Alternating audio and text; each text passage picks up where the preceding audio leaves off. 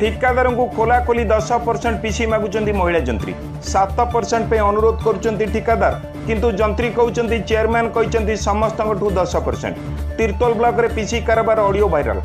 24 वर्ष हे दुर्नीति बुड़ी रही विभिन्न जंत्री पीसी मुक्त ओडिशा सरकार जेते चेष्टा कले भी बदलुनी सरकारी अधिकारी पुराणा अभ्यास। तिर्तोल ब्लॉक दुर्नीति बुड़ी रहा सह जोरदार पीसी कारबार ने अनेक थर अभियोग आसुवा बेले एवं जड़े जंत्री और ठिकादार ऑडियो सामाजिक गणमाध्यम चर्चार केन्द्रबिंदु पलटि। प्रत्येक दिन विजिलेंस हाथ में विभिन्न सरकारी अधिकारी धरा पड़ुवा बेले तिर्तोल ब्लॉक रे जड़े महिला जंत्री बेधड़क भाव फोन में पीसी नहीं ठिकादार खुलम खुला कथा होता ऑडियो होती भाइराल। तिर्तोल ब्लॉक कार्यरत जंत्री चिन्मयी द्विवेदी गोपालपुर पंचायत 7.5 लाख टंकार कामर बिल कर 10% पीसी मागुवा ऑडियो एवं भाइराल होबार लगी जो तिर्तोल ब्लॉक अध्यक्ष सामिल थिबा नहीं निजे कहते जंत्री। विभिन्न सरकारी कार्य निम्नमानर होतिबा चित्र अनेक थर देखा मिलुवा बेले यार मुख्य कारण होउछि सरकारी अधिकारी पीसी डिमांड। तेबे यह ऑडियो वायरल पर जंत्री चिन्मयी द्विवेदी केउडे उभान हो जाइथिबा बेले अतिरिक्त ब्लॉक उन्नयन अधिकारी किछि जानि नथिबा कथा कहिसेंति। सेहीपरि ब्लॉक अध्यक्ष याकु मिथ्या बोली निजर मत रखिसेंति। जगत सिंहपुर सुदर्शन मल्लंक report news on Odia 13। Hello madam नमस्कार। हाँ नमस्कार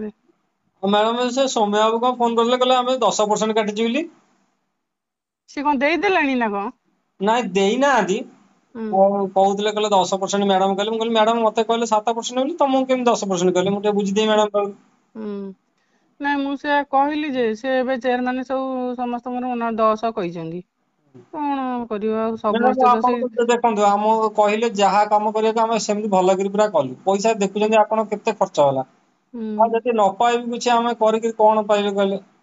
25,000 टका जदि आप कहले से 50,000 काटिबे हम कहले हो ठीक अछि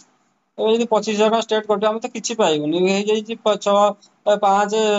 70 75 खर्च हम कोन 15,000 पाइबे मैडम गोटे 7.5 लाख टका काम लोक कहले कोन ना आखि समस्त 7.5 लाख काम आ पाइला बेले आमे पाइबु तार 15 मोर 15